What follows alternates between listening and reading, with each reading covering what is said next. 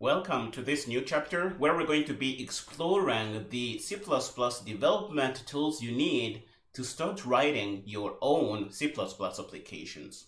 And you really need two kinds of tools. The first one is going to be an editor or an IDE through which you're going to be writing your C++ code. We are going to be using Visual Studio Code as an editor in this course because it is very easy to install. It is cross-platform. It is going to run well on Windows, Mac, and Linux.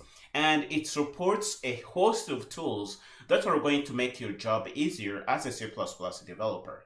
But that's not to say you can't use your favorite IDE if you can. But Visual Studio Code is going to be our main editor in this course, so I would recommend installing it to be able to follow along with what we do here. Now, after we have an IDE or an editor in place, we will need a compiler. And a compiler is a piece of software that takes the code we write in the editor and compiles that into code that can directly run on the hardware or binary executable format. So this is what we're going to be doing here. We're going to be typing our code in an editor like Visual Studio Code. We're going to be kicking off a process to compile our program, and this is going to turn our program into a format that can run directly on the hardware. So for example, if you are on a Windows machine, you're going to generate a binary executable that can directly run on Windows. If you are on Linux, we will generate a binary that can run on Linux. And the same concepts can really extend on Mac or any other kind of operating system you might be working on with the course here. So we need two tools. We need an IDE or an editor and a compiler. And the tools you install are going to be depending on the operating system you are using to watch the course. If you are on Windows, you're going to install a set of tools that are specific to Windows. If you are on Linux, you're going to install a set of tools for Linux. If you are on a Mac, you're going to install a set of tools specific to the Apple operating system for desktop. Now, on Windows, in terms of IDEs or integrated development environment, it is possible to use a host of IDEs. For example, you can use CodeLight. It is an IDE you can use. You can use Microsoft Visual Studio. But in this course, we're going to be using Visual Studio Code because it is easy to install. It has a set of features that are really good. It is popular. It has a great community around it. I think you're going to have a great time as a beginner to start writing your C++ programs using Visual Studio Code. That's not to say that you can't use another IDE. You can if you want, but I am going to be using Visual Studio Code in this course here. Now, on Linux, we are also going to be using Visual Studio Code as our editor in the course, but there are other IDEs you can use. For example, you can use Qt Creator if you want. You can use CodeLight. You can use a host of other IDEs on Linux. But again, Visual Studio Code is going to be our thing in the course here, and I would recommend installing it on your Linux box if you are watching this course on the Linux machine. So for OS X, we are also going to be using Visual Studio Code as our editor. As I said, it is cross-platforms. It runs where, regardless of the operating system you might be using to watch the course.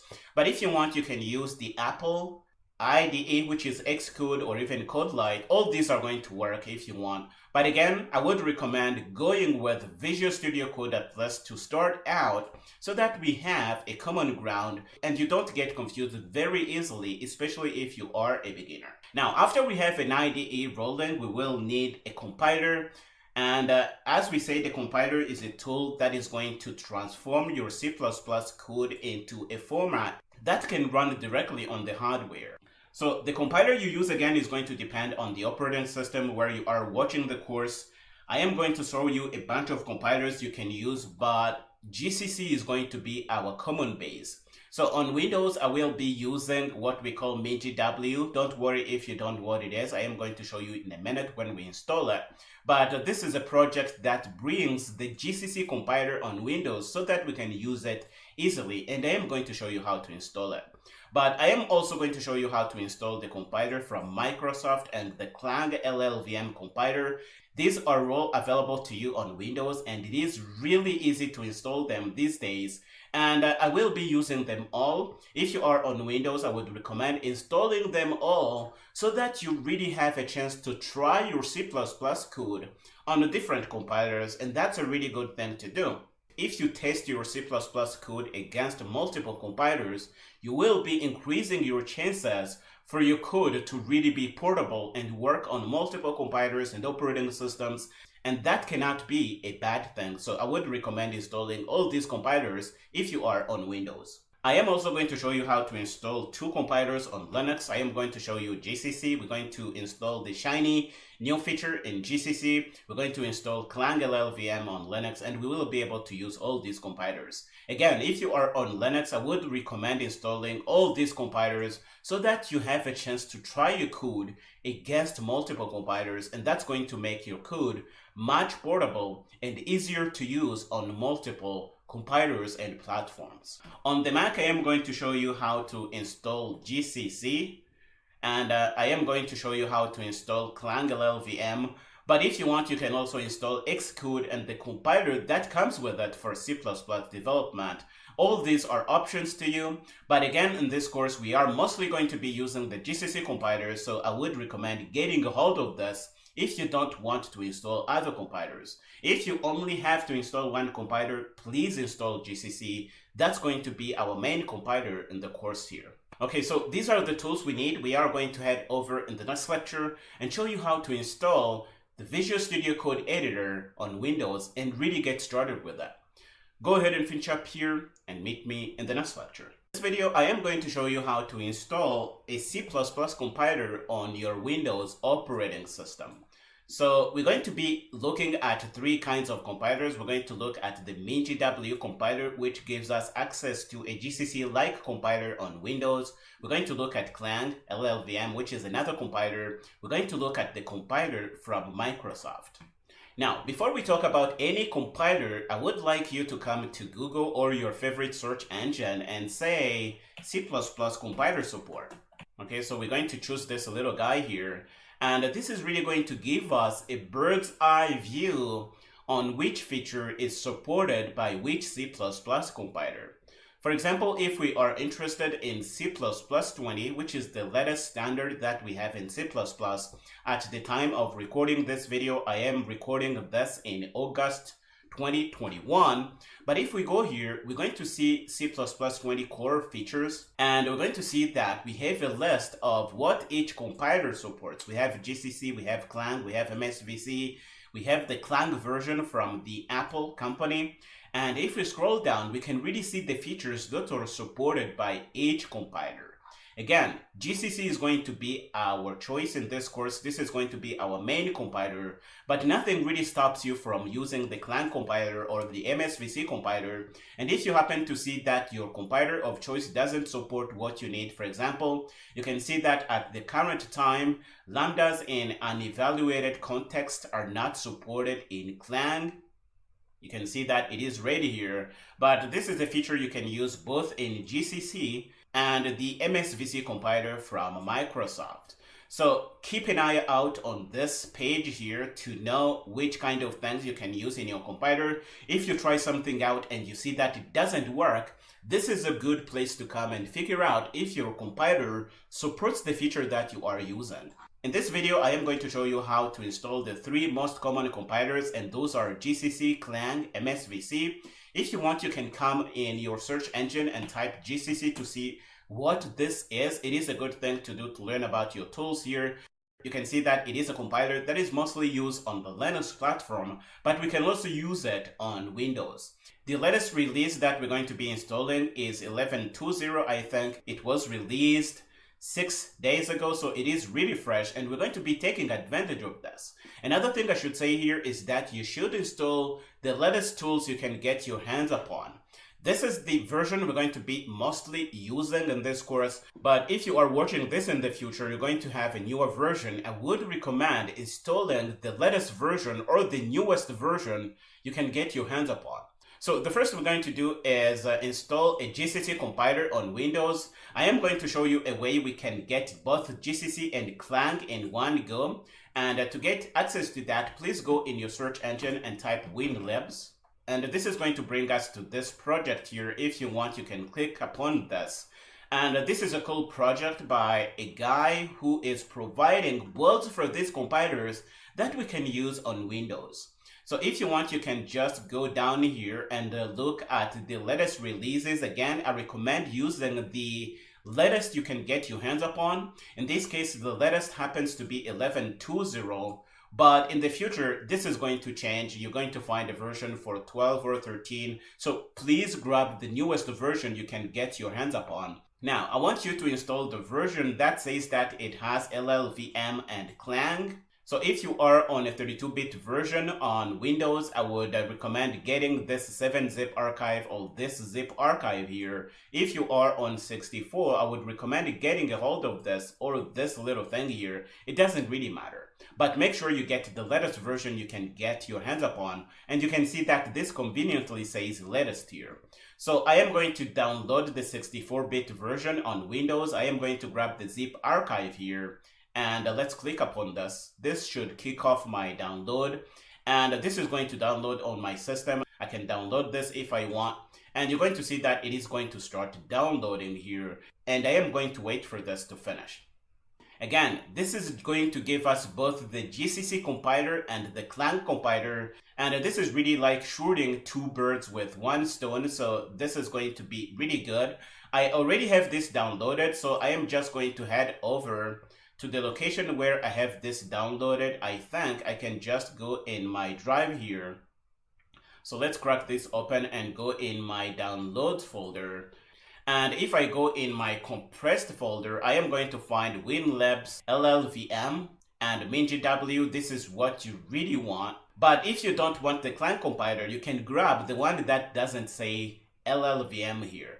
Because we really want both of these compilers, we are going to grab the one that has both the GCC compiler and the Clang compiler. If we crack this open, let's open this together so that you can see what is happening.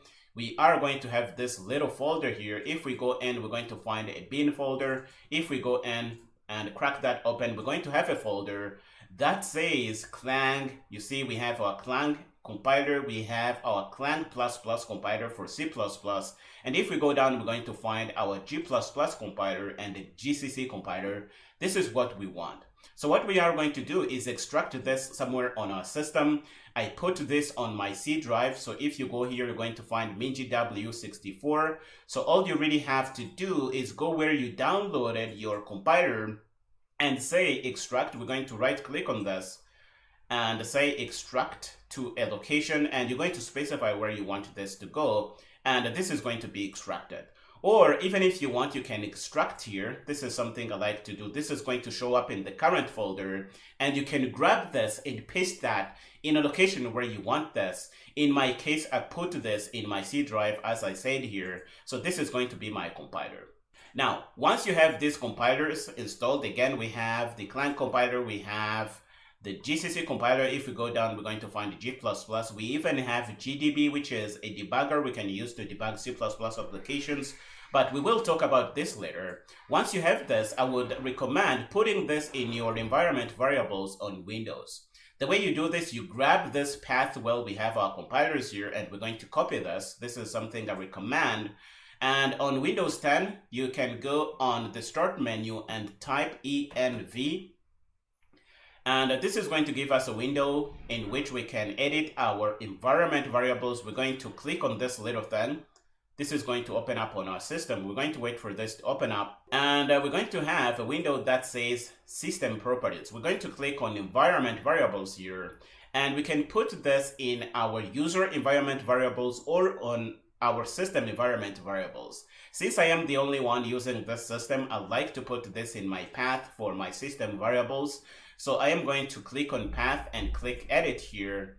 And I am going to add a path to my GCC and Clang installation here. You can see that right here. If you don't have this in, you can click on new. You're going to have a window here and you can paste this right in and you can click OK, but I'm not going to do that because I already have this in here. So what I am going to do is just delete this. Let's see if I can delete. I can delete this little guy, and I have my path in here. So if you don't have this in, please make sure you have this in your environment variables. So we're going to cancel out of this, but if this is the first time you do this, you should click OK. And one way to test that your environment variables are working, or even if your compilers are working, is to crack up a command line terminal. So we're going to say cmd on the start menu here. And all you need to do is say G++, just like this, -- version. If you do this, you're going to see information about your C++ compiler. And this is coming from the installation we just did. And for Clang, you can say Clang ++ version. And this is going to tell you the information about your Clang compiler installation. Let's wait for this to come up. I don't know why it's slow, but you can see that we have our Clang compiler. The latest version is 12.01. For the GCC compiler, the latest version is 11.20. And these are the compilers we can use to write C++20 applications. Okay, so by now we have a GCC compiler through the MainGW project. We have a Clang LLVM compiler on our system. We are also going to see how to get a hold of the compiler from Microsoft. And to get a hold of this, you need to install Microsoft Visual Studio. To install Microsoft Visual Studio, all you have to do is come to your favorite search engine and say Microsoft Visual Studio. We can look at the 2019 version, which is the latest, I think. And we're going to click on the download link here we have as a first link. And we're going to see ways we can download this little guy. Now, Microsoft Visual Studio has a community version you can download for free, but we also have a professional and enterprise versions that we're not going to care about in this course here. We are just going to download the community version, and that's going to be enough for our purposes here. So if you click on free download here, this is going to download and install the Visual Studio compiler. You can click on this little guy and it is going to download an installer. You're going to crack this open on your system and it is going to install the Visual Studio installer. So once you have it installed, you can come to the start menu here and say Visual Studio installer. I think if you say Visual Studio, you're going to have this pop up somewhere on your system. We're going to click on this. And if you crack the installer open, you're going to see a window like this, which is really going to give you a chance to install the tools you want to use with the Microsoft Visual Studio IDE. And in this case, we are interested in desktop development with C++. So we're going to click this little guy here. We're going to tick it open. And once you do this, you're going to click download and install. And this is going to install the Visual Studio compiler with the underlying compiler. You see that this is going to give us access to the MSVC compiler and all kinds of crazy things we really need to write C++ applications on Windows using the compiler from Microsoft. Now, I have to say this is going to take some time to install, so if you see that this takes up 20 minutes of your time, don't worry, this is really normal because this IDE and the compiler behind it are really large. They're not like the GCC or the Clang LLVM compilers that we just installed. Okay, so once you have this ticked or checked, you're going to click on download or install, whatever this button is saying here. This is going to install both the Microsoft Visual Studio IDE and the compiler from Microsoft that you can use directly to write C++ applications. So once we have this open, I am going to suppose that you have this installed already. I am going to close out of this because I don't want to do this. And you're going to have Visual Studio installed on your system. Once you have this installed, you're going to come to the start menu and say developer. And this is going to bring up two things. One is going to be the developer PowerShell for Visual Studio 2019. And the other is going to be a command prompt. It doesn't really matter what you choose. I am going to click on command prompt here. And once you do this, this is going to give you a terminal or a window through which the environment variables are already in to start using the compiler from Microsoft. And if we come here and type cl.exe, we're going to see that we're going to see the information here. If this gives you an error or something, you're going to know that you didn't really install this properly. So please go back and make sure you have this installed. If you have a problem, you can ask me. I can do the best I can to help you out. But by this moment, we have 3 compilers on Windows that we can use for C++ development. We have the MinGW or the GCC compiler in our hands. We have the Clang LLVM compiler, and we have the compiler from Microsoft. And now we can install an IDE or an editor, and that's going to be Visual Studio Code. And we can connect that to this compiler so that we can start writing our own C++20 applications. We are going to head over in the next lecture and install the Visual Studio Code editor. Go ahead and finish up here and meet me there. In this lecture, I am going to show you how to install the Visual Studio Code editor on Windows. So if you are watching this course on Windows, this video here is going to be a must watch. We are going to head over to our search engine and type Visual Studio Code. This is going to give you a link where we can download this cool editor. If you want, you can learn all you can about it. It is a source code editor made by Microsoft. It supports multiple languages, but we're going to be using that specifically for C++ in the course here. Here I am at the page for the editor, and you can read all you want about it. But we are interested in downloading this for Windows. If you want, you can click on this download button here, but I am just going to scroll down and have download links for Windows. If I want, I can click on user installer, system installer. You can click on what you want. If you are on a 32-bit system, you're going to download a 32-bit version. I am just going to click on 64-bit here because I am on a 64-bit operating system. Again, in this video, we are doing this for Windows, so this is going to be our area of interest here. I am going to click on this download link, and I am going to wait for things to kick off. And I will have a window to start downloading Visual Studio Code setup here. I can save this file, and it is going to start downloading. Once it is downloaded, I am going to double click and really click my way through this until I have Visual Studio Code installed on my computer here. Okay, the download is good. I can crack this open. Let's click on this. And you're going to see that it is saying that it has detected that Visual Studio Code is already running on my system because I have it installed. But if you don't have it installed, you're going to click your way through and install this on Windows. And after you have it, you can start it. Okay, once you start Visual Studio Code, you're going to have a window like this. If you run it for the first time, you are probably going to see a Windows with documentation and whatever. Let's look at the welcome screen. You're going to probably see something like this, but I am not sure. But the most important thing is that you're going to have a window like this with Visual Studio Code. The first thing we want to do for C++ development is going to scroll down and click on this little thing that says extensions. I am going to click on this, and I am going to go in my search box here and type C and C++. I can even type C++, it doesn't really matter.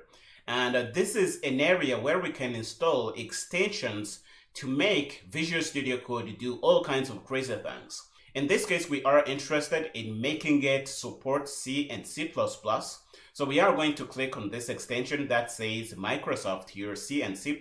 I am going to click on this. And if you don't have it installed, you can click on the install button, and it is going to install this little thing and make your computer ready to use Visual Studio Code for C++. So make sure you install this, and at the end it is going to say disable or uninstall because it will be already installed and enabled on your computer. And this is really the end of our installation video for Visual Studio Code. We are going to head over in the next video and show you how you can make Visual Studio Code use the compilers that we installed in the previous video. So go ahead and finish up here and meet me in the next lecture. In this video, we're going to see how to connect our Visual Studio Code editor to a compiler so that we can compile our project easily through the Visual Studio Code editor. We already have the IDE installed from the last two previous lectures, and we have a compiler installed. In the last lecture, we installed the GCC compiler through the MinGW project. We installed the Clang LLVM compiler. We even installed the compiler from Microsoft. Now we're going to connect the IDE to the compiler to make it really easy to compile C++ applications using these tools here. What I am going to do is really set up a template project we're going to be reusing throughout this course here. So I am going to go on a folder in my system, and I am going to right click on the folder and say open with Visual Studio Code. let's do this. This is going to open this folder in Visual Studio Code, and I am going to trust this folder here. Be careful what you trust, because some things are going to do some malicious things on your computer. Make sure you trust the folders that you open up. So I am going to trust myself because I am the creator of this folder here. And this is going to open Visual Studio Code. Now, in our install video, we installed the C++ extension for Visual Studio Code. Again, if you don't have this installed, please make sure you go back and install, and make sure this is saying that this is enabled. And now we want to use this to write C++ applications. Here we're going to write a simple toy C++ application to just test that our compilers support C++20, and then we're going to use this as a starting point or as a template project. So I want you to click on this little plus icon here, and we're going to create a file called main.cpp. And once you do that, you will be able to type C++ code in this here. So we are just starting out here. I would recommend to type this exactly as I do here. So we're going to say include, and say opening angle bracket, and say IOStream. And we're going to go down here and say int main, and we're going to go inside these curly braces and say auto result. And you are going to exactly type what I type here. Don't worry, we're going to have a chance to learn about all these things here. So I am going to put a pair of parentheses, and I am going to say 10. And I am going to put a weird operator here. This is called the spaceship operator. It is just something we can use to test that our compiler supports C++20. And we're going to put a 20 here, and then we're going to try and see if this is greater than 0. And we're going to print this out. We're going to say stdc out. Again, don't worry if you don't know what this is. This is just a way for us to test and see if our compiler is going to be able to use C++20. We're going to say result here, and this is going to be our program. Now, we want to make sure we compile this program. So to bring in your compilers in Visual Studio Code, all you have to do is come to the terminal menu here. So please come here, and we're going to have an option to configure tasks. I want you to click on this. And once you do this, you're going to see that Visual Studio Code is going to find the compilers that we just installed. You see that it has found the GCC compiler we installed in MinGW. You see that it has found the Clang compiler. I know about the G++ compiler because you can see the path here. You can see C MinGW ben g++.exe. This is where we installed our G++ compiler. And I know about the Clang compiler because that's what's being found here. For example, on this entry here, you see it says C MinGW bin Clang++. So we want to configure these two compilers here and let Visual Studio Code use them to build our C++20 projects. Now, what we're going to do is click on the G++ compiler first. And when we do that, this is going to create a tasks.json file in our project. And you see that it has created a folder called .vscode. If I click on my main CPP file here and do reveal in Explorer, this is going to open up on my system, and you see that this has created a .vscode folder. And if we go in, we're going to find this tasks.json file. This is going to be our configuration to configure which compilers that Visual Studio Code is using to compile our main.cpp file here. So if we go in, it's going to really have everything ready for us. So you're going to see that it's going to be using our G++ compiler. This is the path to it. And in our args options here, we have the options that we pass to the compiler to compile our program here. Now, I want to change this to say which kind of compiler we are using. So we're going to change the label here to say build with G++ and say the version. I think that's going to be more descriptive here. So we're going to say build with G++ or GCC, and we're going to say 11.2.0 because that's our version here. And the rest is really going to be enough. So let's try and see if we can compile our program here and see the thing here printing out. But the other thing we need to do, because this program is using C++20, we need to configure our compiler to use C++20. And one way to do that in GCC, and you can really search these things. For example, if we come to our search engine here and say configure GCC to use C++20, or even GCC and say C++20, you can search these things and find information, and it is a really good way to test your things here. So let's see if we can find a link to help out. We have a Stack Overflow link here. So we can crack this open.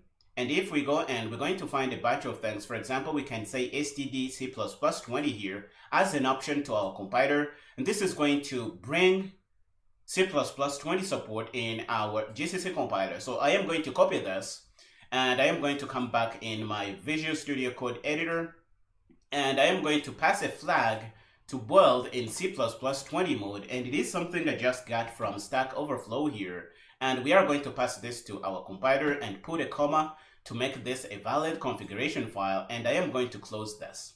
Now, once we have this open and we want to build this, we need to bring a terminal window. So we're going to bring a terminal window so that we can see things happening. And we do that by coming to terminal and saying new terminal. And we will come back to terminal again and say that we want to run a task. In this case, we're going to be running our build with GCC 11.2.0. Again, if you are using a newer version, that's what you should use. And if we click on this thing, please make sure you have the main CPP file selected before you do this. So I have this selected and I'm going to go to run task and I am going to click on this little thing. You're going to see that this is going to kick off the process to build our program. And we're going to wait for this to finish, and you're going to see that it is using C++20 here. We're going to see that the build finished successfully, and we have a main.exe file created here.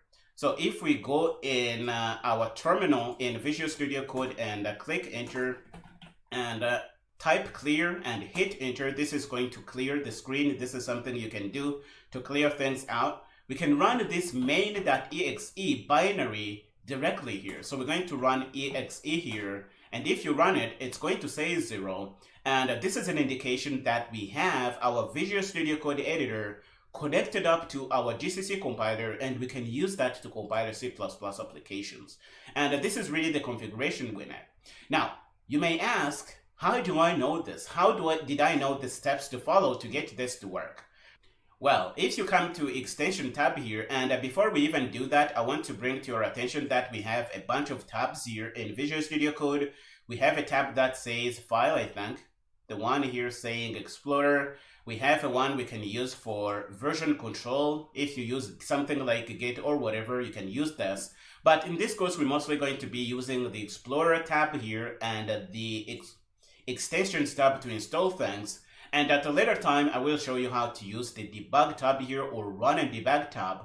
But in most cases, we're going to be using the Explorer tab or the extensions tab here. If you want, you can click on this to close this so that you have some more space. You can click again to bring this back. These are some things you can do in Visual Studio Code. But I am going to show you how to configure your compilers, where I got the information. So click on extensions here. And we're going to find our C and C++ extension. If we scroll down, we're going to find tutorials on how to set up this on different compilers. For example, you can crack this open to see how to set up Visual Studio Code to use your compiler from Microsoft. If we come back, we can see a link to see how to use this with MinGW on Windows. Let's click on this. And let's see what else we have. We can come back to here. And we can see how to use this with GCC on Linux or Clang on a Mac. You can really choose whatever is relevant for your operating system. But in this case here, we are just using the Windows operating system. So we're going to see how to use this with the MinGW compiler that we just installed. Now, we can use the MinGW compiler, and I would recommend reading up on this entire thing to have an idea on what is happening. We already have our G++ compiler, so this command is going to work again. If we come back to terminal here and run G++ version, I think we can see that we run these commands here to see these things working. So we have this step here, and if you wonder what GDB is, it is just a debugger you can use to debug your programs. And again, if we come to our terminal here and say gdb --version, We're going to have this available from our MinGW installation. You can see that we have this here. So this is working just fine. You can really follow this and configure your Visual Studio Code installation. But I am just showing you how to do this pretty fast. You can see that this is what we set up in our configuration file, which is our tasks.json file. Now, one thing you can do is modify the tasks.json file to build every single file in your project. And this is something that is going to make things easier. What I am going to do is go back to our Visual Studio Code instance and find our project. We're going to crack open our tasks.json file, which is living in our .vs code folder. And I am going to take out the craziness I have in my arguments here. I am going to select everything. I am going to delete that. And I am going to put in a configuration that I am using for my projects here to make this super easy. What this is doing, it is telling the compiler to build in C++ 20 mode. It is going to tell Visual Studio, it is going to tell the compiler to build every single CPP file in our project. So if we have multiple files, they are going to be built together. And we're going to specify the name for our output file. For example, if we don't want our binary executable to be named main.exe, we can give it a name. And I am going to be naming mine rooster.exe in the course here. I would recommend doing the same so that we can really have the same habits as we go through the course here. But of course, you are free to use whatever you want in your C++ programs here. So once you have this, you can click save here. And this is going to save our JSON file here. I can close this. And I am going to bring my terminal by going to view and a terminal here. This is going to bring back my terminal that I had before. And I am going to run the clear command and hit enter. And I am going to do dir to show the contents of my folder on Windows here. I want to remove the main.exe file from the terminal here. So what I am going to do is say rm. And I am going to say the name of the file I want to remove. I am going to say main.exe. And if I hit enter, notice what is going to happen. The file is going to go away. I don't see it anymore here. I want to build again using my new configurations in my tasks.json file. I am going to run the task to build with our GCC compiler. This is going to build again, and you see that it is using the configurations that I passed. You see that it is building every single CPP file in the directory here. And it is going to generate a program called rooster.exe. And if we look here, we're going to find it. We can hit enter in the terminal and we can type clear to clear things out. And if we do dir again, we're going to see that we have rooster.exe and we can run it by doing rooster.exe here. And this is going to do what we want. This is really all you need to do to connect Visual Studio Code to your GCC compiler. Now, we're going to connect Visual Studio Code to our Clang compiler that we have installed. We really want to be able to use it with our project here, and we're going to go through the same steps again. So we're going to go to terminal and say configure tasks. And we're going to choose something that says the Clang compiler. And we're going to find Clang++. So let's hunt for that. I have something that says that here. We have clang++.exe. I am going to click on that. And if I do this, this is going to add an entry in my tasks.json file. So watch out for this. I am going to click on this. And let's crack this tasks.json file open. And you're going to see that this is going to also set up another configuration to build using my Clang++ compiler. And again, I can edit this out a little bit to say what we want. Let's look at the version of Clang we have installed to say that out. This is going to be 12.0.1. So we're going to say build with Clang++ 12.0.1. Let's say that here in our label, 12.0.1. We can say that right here. And you see that it is really doing the same thing we did with our GCC compiler.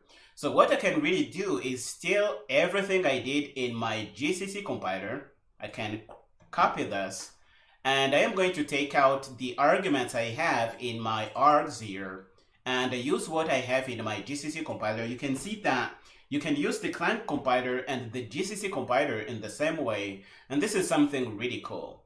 So now we have the option to use two compilers, and this is really cool. So we're going to close the JSON file and it's going to be saved automatically. And we're going to bring up our terminal window again. And let's bring this up a little bit, and we're going to do dir on Windows. And we're going to remove the binary again. We're going to remove roster.exe. And again, what you can do, you can start typing the name of the file you want to remove and hit tab. If you do that, the terminal is going to autocomplete this for you, and this is really cool. So if I do this, the file is going to go away. You see that it is gone right here, and I can clear. And what I am going to do is build with the Clang compiler. I can do that by coming to terminal. I am going to say that I want to run a task, and I am going to be given an option. I can either build with GCC, so if I choose GCC here, it's going to be used. But I can also use Clang. Let's use Clang here. So I am going to click on this. And you're going to see that Visual Studio Code is going to kick off the build process. This is going to build my binary executable. And notice that it is using C++20 again. The build is going to finish successfully, and I will have a binary here. And this is going to be all I need to do.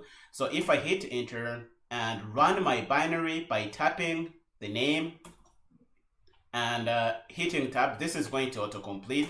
If I run it, it's going to say 0, and this is what we expect here. If you have some kind of error, please try and fix it. If you have a problem, you can ask me, and I will do the best I can to help you out.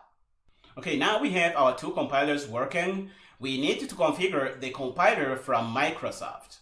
Now, the compiler from Microsoft is a little bit weird. Again, you can read up on this by coming to your extension documentation and going to using the compiler from Microsoft with Visual Studio Code on Windows. You can read up on all this if you want, but I am just going to show you a quick way to get this running. So the compiler from Microsoft is special in that you have to specify the path to it. For example, if we open a regular terminal window and say cl.exe to call the compiler, we're going to see that the terminal is going to say that the cl.exe compiler is not recognized. And the reason is we don't have the proper environment variable settings for the operating system to find this compiler when we call it right here. We are able to use G++ and Clang because we put the environment variables in place. If you remember, when we installed them, we did something like this. We came to the start menu and did env. We came to environment variables here, and we put the path to our compilers in our environment variables here. You can see them right here. So we don't have the same thing for the compiler from Microsoft, and that's for a reason. Because we may have multiple compilers installed from Microsoft, then if you have multiple compilers, it would be really cumbersome to choose which compiler you want. The guys at Microsoft opted for the option for you, the developer, to specify which compiler you want to run by coming to the start menu here and typing developer and choose which PowerShell for the compiler you want to use. For example, if we want to use the Visual Studio 2019 compiler, we can click on this, and then we will have a terminal that can run the C++ compiler from Microsoft. For example, if we wait for this to be ready and say cl.exe, we're going to see that we're going to have a message saying that this is our compiler. We can use it however we want. So what we're going to do is set up a terminal like this and use this terminal to start Visual Studio Code. And Visual Studio Code is going to start in a mode where it can find the compiler from Microsoft. I know this is confusing, but please bear with me. This is what we need to do to get this to work. If we start Visual Studio Code in a mode where it knows about the environment variables for the compiler from Microsoft, we will have the ability to say cl.exe, and we will be able to use that right here. But you see that it is not recognized now, but we can use the G++ compiler. If we do this version, we're going to see that it's available. We can use it. We can use Clang++. And if we do version as well, we're going to see that we can use this little guy here. We also want the ability to use the compiler from Microsoft. But to have access to that, we will have to close the Visual Studio Code instance we have here. And we're going to come back to our project. Let's see if I can find it here. So we're going to go to the location where we have our project, and we're going to change to the location of the project here. So I can grab the location from my Visual Studio Code project that I just set up. I am going to come back to my PowerShell window that knows about the path to the C++ compiler from Microsoft. and I am going to change it to the location of my project here. So I am going to say cd and paste in the path I just copied. And if I hit enter, this is going to change to my location. And I really recommend using PowerShell if you have access to this, because it is a little more convenient to use. It supports more commands than you can use in the command prompt. But again, that's going to be your choice.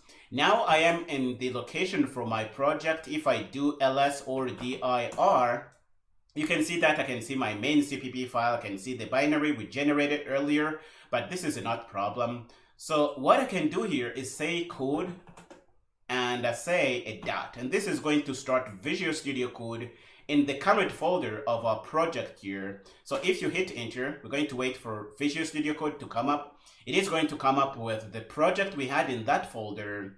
And the special thing about starting Visual Studio Code this way is that it's going to know about the compiler from Microsoft. If we come back to our terminal here and clear and say cl.exe, you're going to see that now it knows about the compiler from Microsoft, and we can use it to do things. So let's set this up again. If you want, you can read up on how to do this on the documentation from Visual Studio Code itself. But again, I am going to show you how to do this. You can see that it is really the same things they are doing here. So let's come back to Visual Studio Code, and we're going to go to terminal, and we want to configure a task. Now you see that we have the compiler from Microsoft available. You can see that we can use that right here. So what I am going to do is click on cl.exe build active file. And this is going to add a new entry in our configuration file. And it is going to open up. If we go here, we're going to find that we have a command to build using the compiler from Microsoft. So let's change the label here and say build with MSVC. I think this is going to be more descriptive, and this is really going to build your thing. Now, I am going to change this up so that it builds everything in the current folder. And again, I am going to remove everything here and put in a configuration that I have ready on my system here. This is what I use for all my projects. Again, this is just calling the compiler and giving it options to do things. We just need to specify that we want to use the latest standard of the C++ standard, and it is going to specify the input files. We're going to be building everything in the current folder. This is what we are saying here. And the output file is going to be called rooster.exe. If we save this by saying Control S or Command S and close our tasks.json file, we can bring up our terminal window by going to View and saying terminal here. And we can go down and clear. We can say clear and hit enter. And if we do rm and say rooster and hit tab, this is going to remove the binary we generated with the Clang LLVM compiler earlier. Now we want to build with the compiler from Microsoft. So let's do this. We're going to say terminal, and we're going to say that we want to run a task. But this time we want to build with MSVC. This is what we want to do here. If we click on this little thing, we're going to kick off the process to build with the compiler from Microsoft. And we're going to wait for the compiler to do its thing. And if we wait, we're going to see that the build finished successfully. And if we look in our folder, we're going to see that we have our output file. And we can come in our terminal and hit enter and do clear to clear things up. And if we say rooster, just like this, and hit enter, you're going to see that it's going to say 0. And this is confirmation that we are able to use our Visual Studio Code editor and be able to use it with all kinds of crazy compilers. And this is really cool. If you are on Windows, I recommend setting this up because it's going to make it easier to run C++ applications from Visual Studio Code using state-of-the-art compilers like MSVC, Clang, and GCC here. And this is really cool. Now, we have everything we need to start running C++ applications.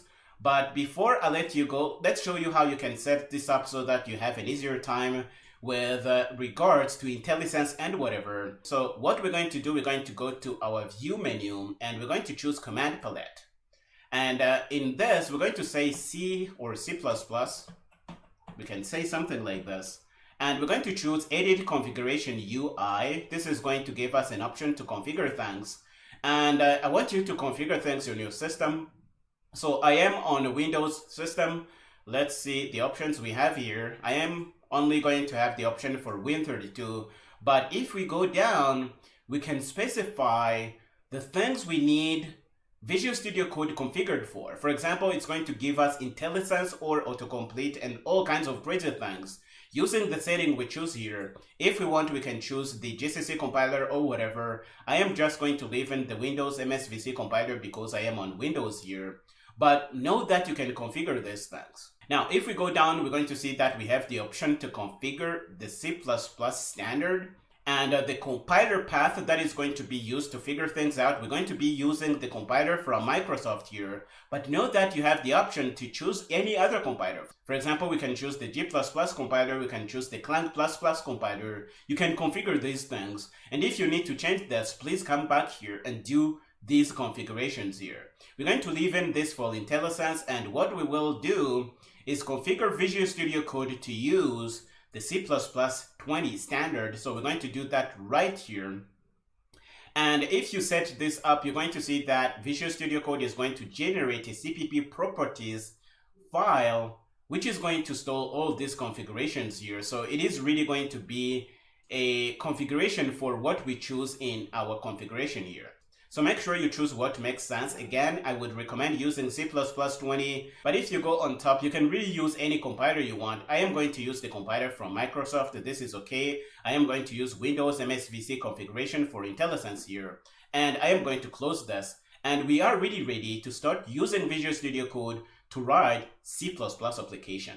So let's clean this up a little bit. We're going to view our terminal, and we're going to remove the junk that was generated by the compiler from Microsoft. I am going to say RM and say rooster, and I can remove the binary. I can say RM and say rooster and say tab. This is going to autocomplete and really remove things I don't need. I am going to remove the PDB file. I am going to remove rooster. No, I am going to remove the main object file. So let's say main.obj, and I am going to remove main.orvc. We don't want to remove our CPP file. So now we have a project we can use as a starting point to write C and C++ applications here. So what we will be doing in the next few lectures or the next few chapters is reusing this thing here as a template project. So what I can do is call this C++ 20 template project. And let's do this here. I think I need to close Visual Studio Code, otherwise it's going to complain. So I am going to call this little guy C++ 20 template project. And later when we start learning about C++ proper, we're going to be using this as a starting point, and we won't have to reconfigure the compilers. Our project will be ready to use the compilers that we set up here, namely the compiler from Microsoft, the G++ compiler, and the Clang++ compiler, and that's going to be really cool. This is really all I had to share in this lecture. I hope you have Visual Studio Code set up to use all these compilers. We are going to stop here in this lecture. In the next one, we're going to start and see how to set up your development environment on Linux. And we're going to start by installing compilers on Ubuntu 20.04. Go ahead and finish up here and meet me there. In this lecture, we're going to see how to install C++ compilers on Linux. We are going to be working on an Ubuntu 20.04 system, and we will install a new version of GCC, and the latest version I can get my hands on for Clang LLVM. So let's do this. Okay, so here I am on my Linux box. This is Ubuntu 20.04. If I do uname and say A, we're going to see the information on this. And you will have to adapt this for whatever Linux distribution you are on. And to install GCC, it's really simple. But the problem is, the latest version of GCC at the time of recording this video is GCC 11, and it's not available in the Ubuntu packages now. For example, if you do sudo apt-get install GCC 11, this is how you get it.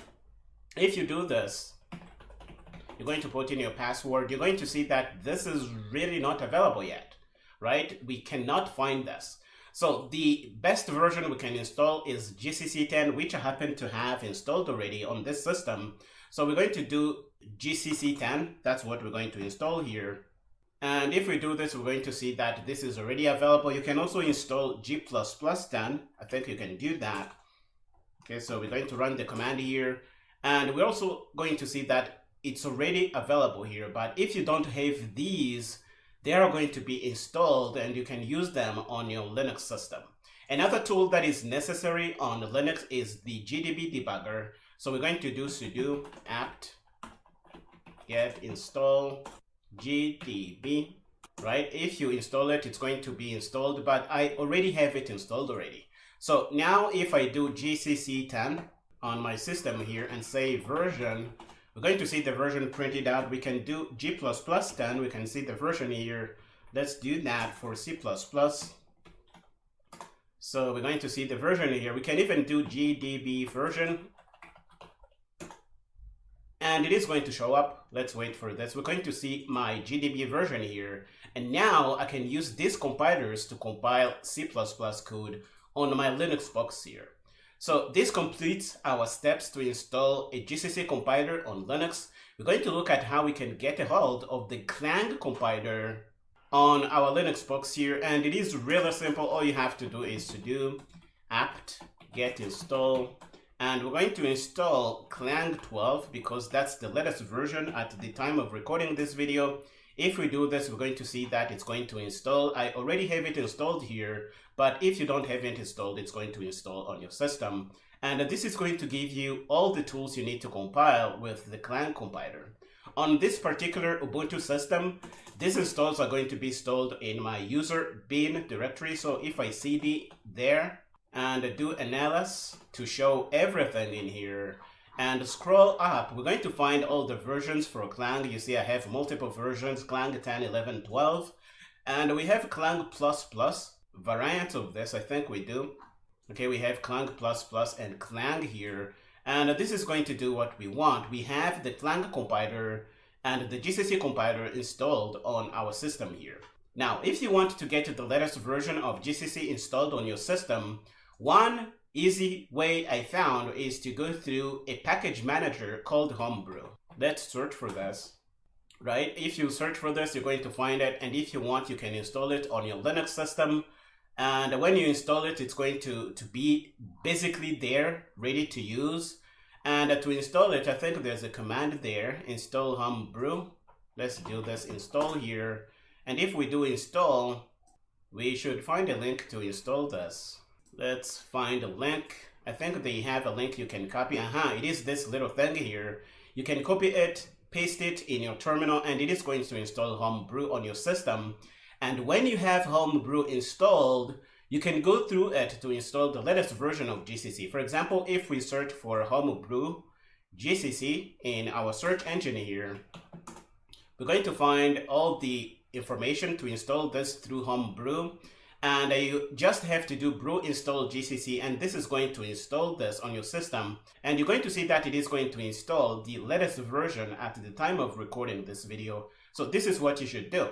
For example, if we go back to our Linux box, we can do, let's cd into our home directory, and we're going to say brew install GCC.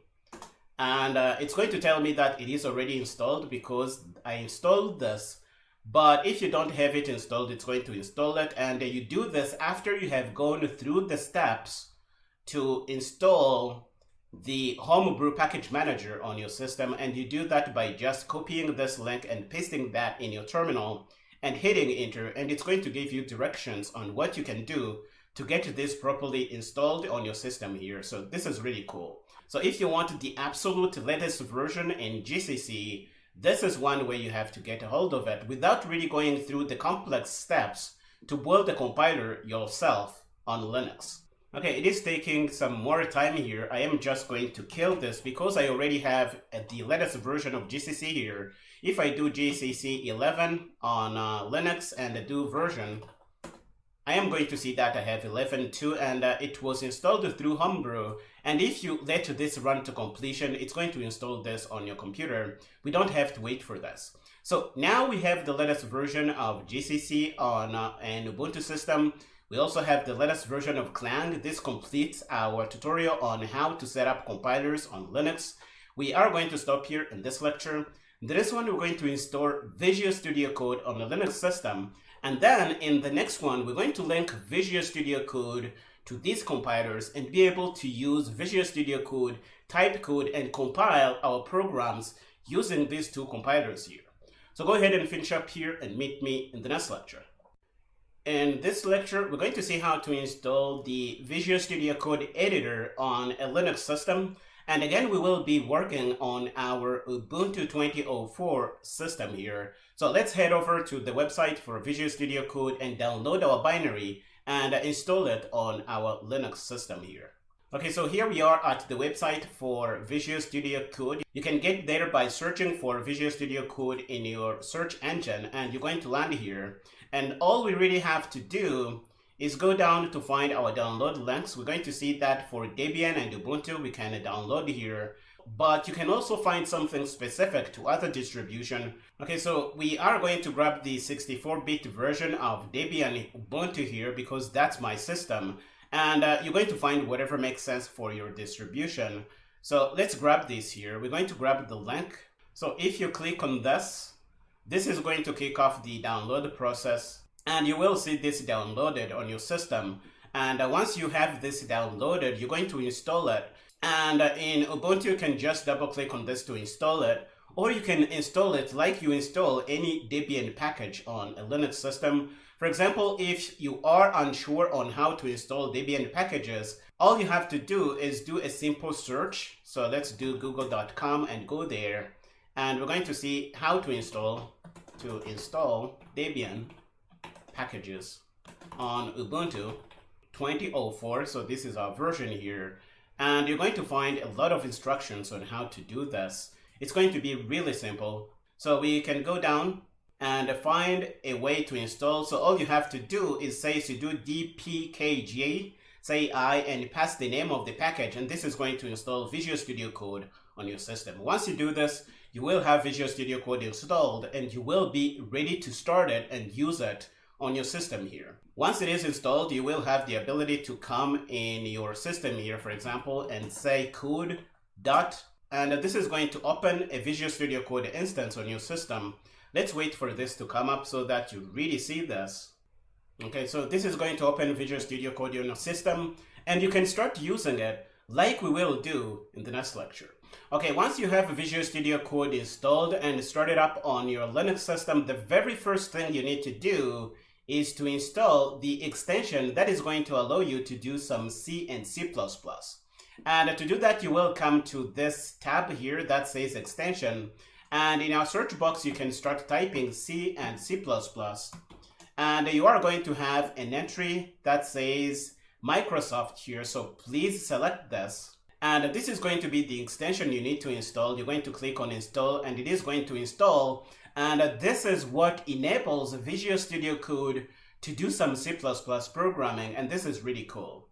If you want, you can check out how to use it on Linux, and you're going to have instructions on how to do this, but we will do this in the next lecture and show you how to configure Visual Studio Code to use the compilers that we have installed in a previous lecture. So we're going to tell Visual Studio Code to use our Clang compiler, we're going to tell it to use our GCC compiler, and we will have the flexibility to come to terminal and choose which compiler we want to use.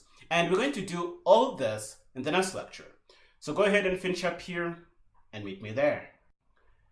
In this lecture, we're going to configure our Visual Studio Code editor to use the compilers that we just installed in a few previous lectures. So we will be able to type our code in our Visual Studio Code editor just like we do here. And we will pass the code through the compiler to generate a binary that can in turn run on our Linux system here. This is what we want to do. So we want Visual Studio Code to use the compilers that we installed. So let's head over to our Linux box and do this. Okay, here I am on my Linux box. This is the current directory where I am at. This is where I am going to do my things here. So I am going to create a folder and call it a template project. Let's do this. We're going to say mkdir, and we're going to say C++ 20 template project. I think this is going to do. or we can even say CPP because I'm not sure the plus signs here are not going to give us a problem. Let's play it on the safe side, and we are going to create this folder, and we're going to cd into this folder. Okay, once we are in this folder, we're going to open this folder in Visual Studio Code. And the easiest way to do that, once you have Visual Studio Code installed, is just to type code and type dot. And you will basically be telling the operating system to open Visual Studio Code in the current folder here. So I am going to hit enter, and this is going to kick it open. And I trust this folder because I just created it. And we are in our project here. The very first thing we're going to do is to create a main CPP file. So let's do that. And I did that by clicking on the plus icon here. And I typed in the name of the file. And I am going to put in some dummy code here that we want to use our starter code. We're going to say IOStream, and we're going to put in our code here. We're going to say main, and again, you don't have to type all this. If you want, you can get the code from the resource section on the lecture, so you can copy the code, paste that in here, and be on your merry way. Because we haven't really started learning about C++, we are setting up the environment, so don't stress yourself here. This is just some simple code to test our compilers to see if they support C++20, because we want to use the latest standard we can get our hands on here. So let's do equals, type exactly what I type here. So we're going to say 10, and we're going to put this weird operator and say 20, and we want to see if this madness here is greater than 0. This is what we want to do, and we're going to say stdc out and say result. Okay, so type exactly what I type here, and as we progress in the course, we're going to make sense of all this madness we see here. So now that we have a CPP file containing the code for our C++ program, we want to compile this. And we need to tell Visual Studio Code which compiler it's going to use to compile this program here to give us a binary that we can run. So what we're going to do is come to terminal here, and we're going to say that we want to configure tasks. And a task is really a set of instructions you give to Visual Studio Code on how to take your C++ project and turn that into a binary that can run on that system here. So that's what we want to do. We want to tell Visual Studio Code which compiler it's going to use. We're going to configure task here, and you're going to see that it's going to discover many compilers on my system here. You see we have Clang 10, Clang 11, Clang 12, and we should also have GCC 11. If we keep scrolling down, we're going to find these little guys here. I have many compilers on this system, so I am going to choose the GCC compiler, which is installed through Homebrew. This is what I'm going to choose here. You say it's saying G++11, but if you have access to G++10, you can also use that. It's going to work with what we want to do in this course here, mostly. So I am going to choose the best I have in terms of GCC, and this is going to set up an entry in our tasks.json file to build and run this program here. And that's what we're going to do. Okay, you see it is using this particular compiler. And one thing we can do before we try and build this, we can change the label here to make it a little bit more descriptive. So we're going to say build with GCC 11.2.0 if I am correct. And this is all. We can save this and we can close this JSON file. And if we bring up a terminal window, we can do that by hitting terminal here and choosing new terminal. This is going to open up the current location. For example, if we do pwd in this terminal here, let's use lowercase. I think that's what it wants. We're going to see the location here. This is my project. So to build, I can come to terminal and I choose run task. And I am going to choose the task to compile with my GCC installation here. If I choose this, it is going to kick off the build process. And you're going to see that the gibberish I have here is not supported because the compiler is not configured to use C++20. So all we really need to do is go back to our command and tell it to use C++20. And we can do that by passing a specific instruction to the compiler to use C++20 like we do on line 10 here. So we're going to say std equals C++20. We are going to save this a little bit, and I really wanted you to see this problem here because many people are going to forget this. And we're going to try and build again, making sure we are selecting the main CPP file here. So let's go to terminal, run task, and use our compiler and wait for it to do its thing. You're going to see that the build now finished successfully. And if we come back to our terminal here and do ls, we're going to see that we have a file called main. And if we run it, we should see a 0. So let's say main here. And if we run it, we're going to see a 0, meaning that our program is running and working correctly. We are able to compile a C++ project on a Linux system here. Now, if you want to see how I came up with the information to use the task.json file, please come back to the extensions tab here and choose the C and C++ extension. We're going to click on this. And we're going to see all the instructions on how to use this guy on a Linux system here. So GCC on Linux, we can choose this. And we're going to see all the information here. Now, you can read up on all this if you want, but what I am going to do is go to Visual Studio Code and show you exactly what you need to do to get this to work. What I want to do in there is set this up to compile everything in my... What I want to do is to set... What I really want to do is to set this up so that it compiles every single CPP file in my directory here. And I can do that by putting in a set of instructions I had prepared beforehand.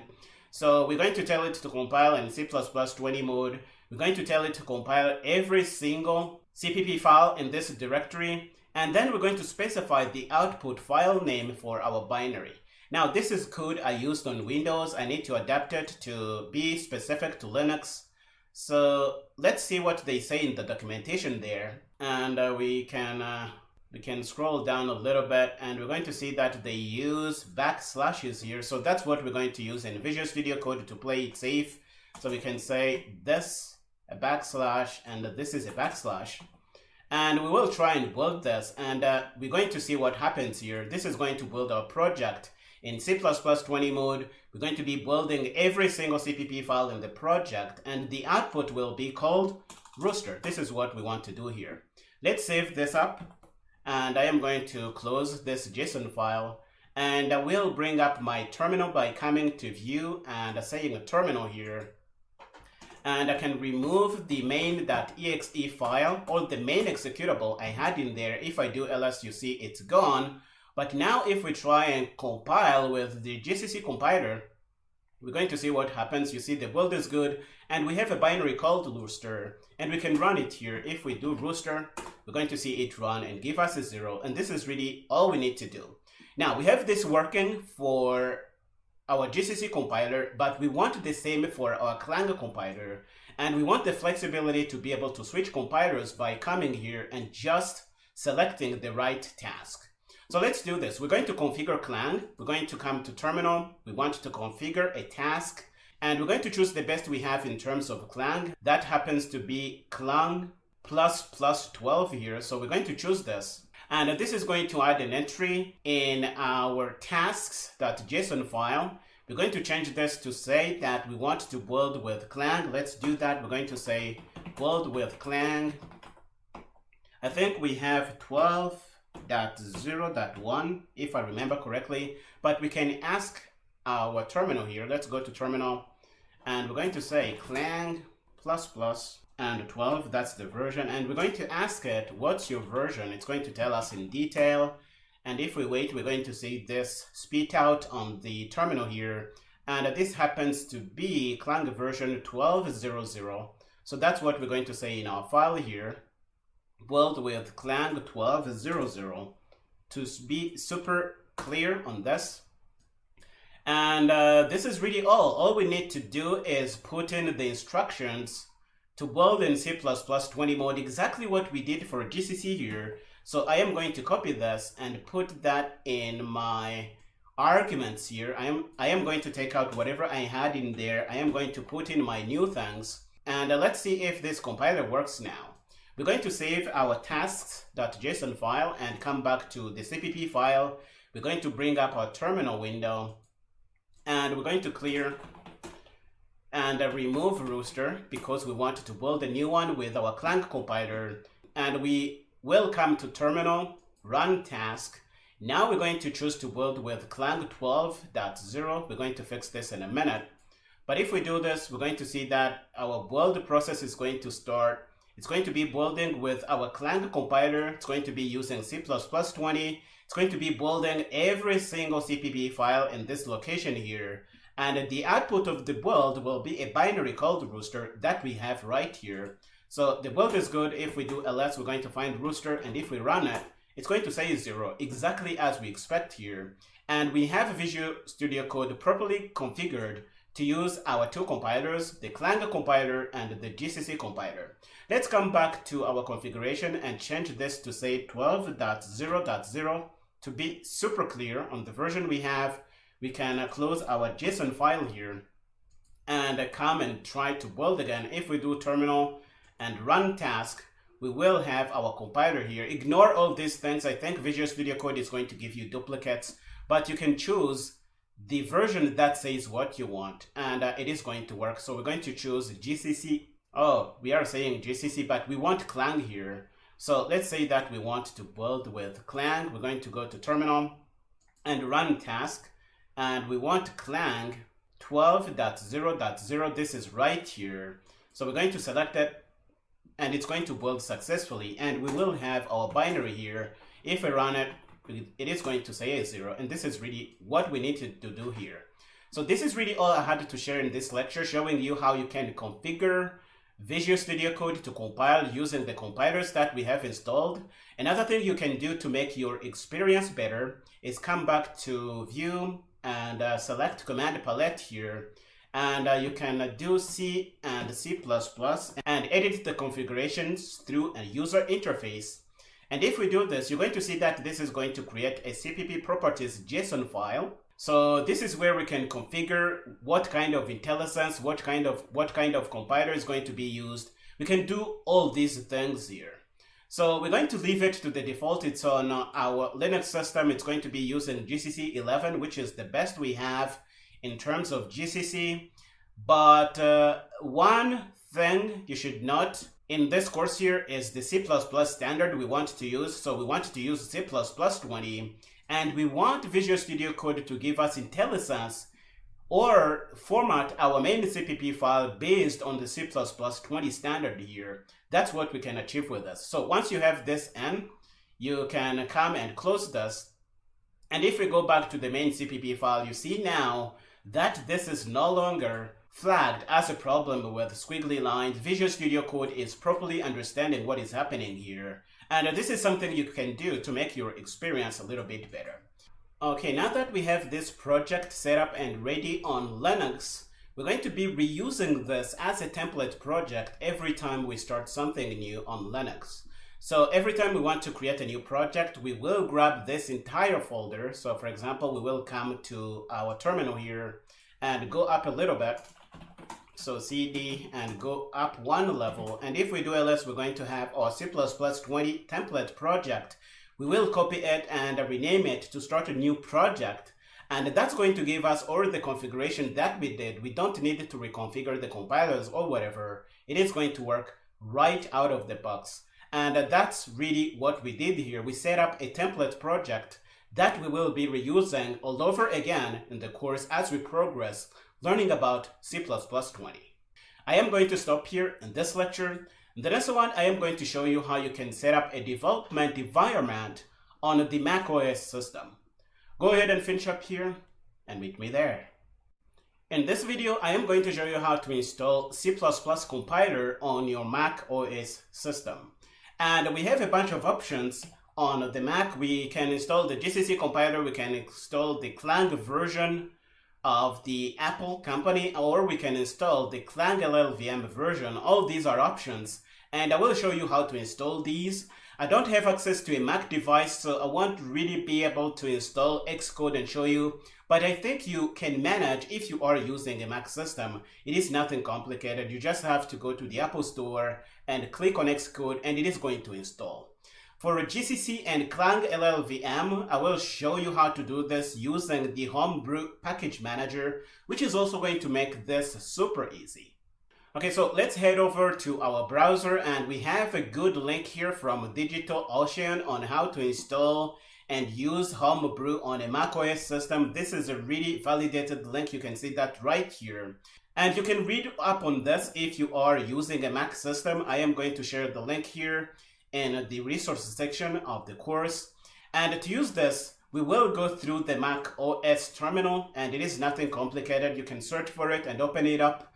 And after you do this, you will have to install the tools needed to build things on the Mac OS system. And that's going to install Xcode here. So grab the command here and run it in your terminal. And this is going to install everything you need. And after you have this installed, you're going to install Homebrew.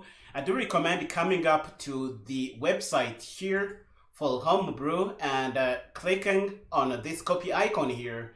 This is going to copy the entire thing. And you can copy this. And once you copy it, it is going to give us a green tick here. And you can go in the terminal on your macOS system. I am using a Linux terminal here. And then you're going to paste this command in here and hit enter. Once you do that, you will be prompted to put in the password. It's going to tell you that it needs to install Homebrew. And you're basically going to wait for this to finish. I have to warn you, this is going to take some time. Even if you have a good internet connection, this is going to take some time. So be patient here. When it's done, it's going to tell you that it is finished. And you will be ready to install the GCC compiler and the Clang LLVM compiler through your Homebrew installation here. I am not going to click on this because I already have this installed on my Linux system here. Let's go back to the link and see what they say next. So after you paste that in, it's going to install. And after that, you will see that Homebrew is going to be installed on your system. And you can use Homebrew to start installing and upgrading packages. You can really read up on this, but what I want you to see is that you can use Homebrew to install the GCC compiler and the Clang LLVM compiler. So if we come to the search here and say GCC Homebrew, we're going to find instructions on how to install this. So all you need to do really is to say brew install GCC. This is going to install the latest version of GCC on your Mac. If we come here and say LLVM or Clang, let's say Clang, and we can find that right here, LLVM, and it is going to give us instructions on how to install this. And all you have to do is brew install LLVM, and this is going to install these two compilers on your Mac system. So once you do that, you will have them stored somewhere. Let's go to the install link, and we're going to see that Homebrew is basically going to be installing things in your user local directory on a Mac device. Please tell me if this is true for your case. And if you have a problem, we will try and go through that and fix that up. So if you are on a Mac, I would really recommend going through this to install Homebrew. Once you have that installed, you will go through that to install both the LLVM compiler and the GCC compiler, and that's going to give you the latest versions for these compilers.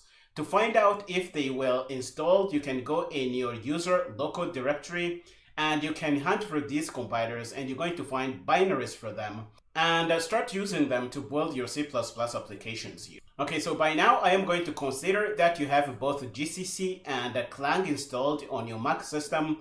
The next logical thing to do is to want the Apple version of Clang, and I think that's going to come as part of Xcode here, and it is going to come as a result of running the command that we did before. I think it was this little command here, which is going to install everything you need from the Xcode IDE.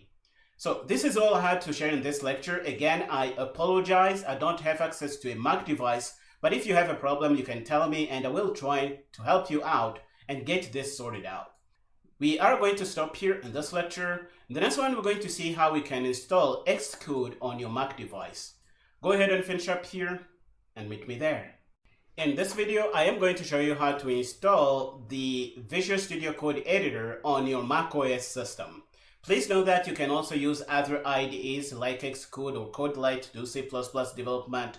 but Visual Studio Code is going to be our main editor in this course here, and I would recommend to install it so that we are doing consistent things. That's going to reduce chances for you to get confused. So we are going to head over to the website for Visual Studio Code, and to get there we can just type Visual Studio Code in here in our search engine, and we will have a link here that we can use to download our things. So we're going to go down and find download links for Windows, Linux, and Mac. Please use the Mac download button here, and you're going to download the binary and install it. I think it is going to be in the download folder by default, so all you have to do is drag that up in your installation directory so that it becomes a runnable application. After you do that, you're going to run it, and it is going to run, and you will have a user interface like this with Visual Studio Code opened up. Once you have that up, you will need to install the C++ extension. And what you need to do is come to the extensions tab here and type C and C++ in here. And you're going to have an entry for Microsoft. Click on that and install this extension on your system. And your Visual Studio Code instance is going to be ready to handle some C++ development. And this is really all I had to share in this lecture, showing you how you can get this installed. Again, I apologize, I don't have access to a Mac device, so I used my Linux box running inside Windows subsystem for Linux to show you this, but this is good enough, I think. If you have a problem, you can tell me and I will do the best I can to help you out. For now, we're going to stop here in this lecture. In the next one, I will try and show you how to set up Visual Studio Code to use the compilers that we installed in the last lecture. Go ahead and finish up here and meet me there. In this lecture, I am going to try and show you how to configure Visual Studio Code to use the compilers that we installed on our Mac system in a previous lecture. So we want Visual Studio Code to be able to pick up our GCC compiler and use it. We want it to pick up our Clang compiler and use it. We also want it to pick up our Clang compiler from Apple and use it to build binaries that we can then run on our system here. So let's see how to do this.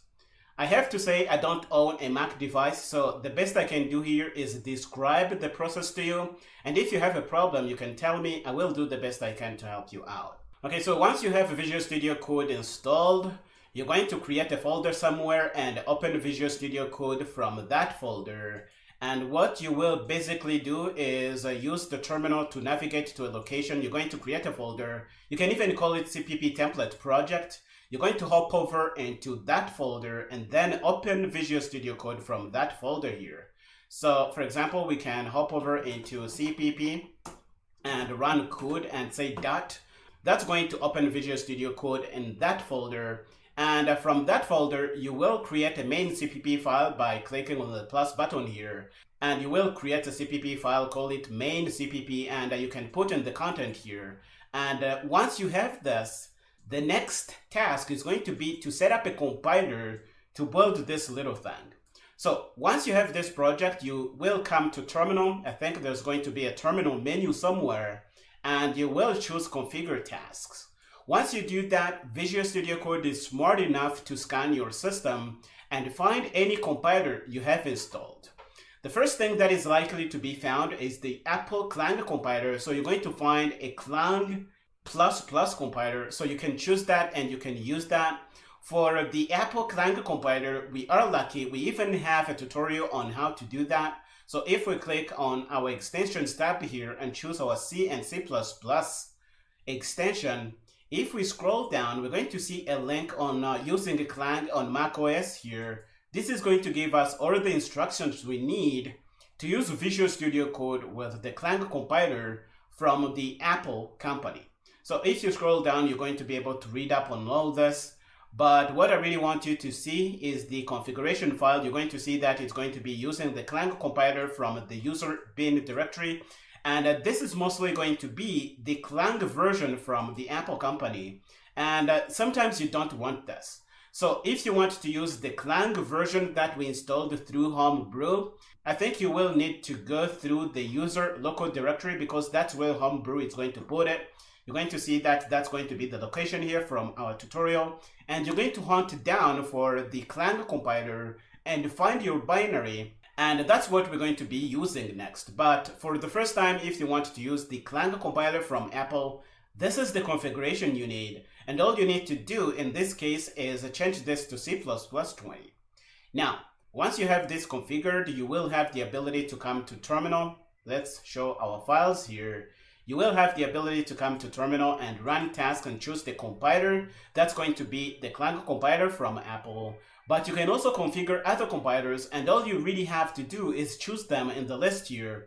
And you're going to have a configuration file, a tasks.json file to be exact. Let's show that up here. And that's going to give you the instructions you need to build this.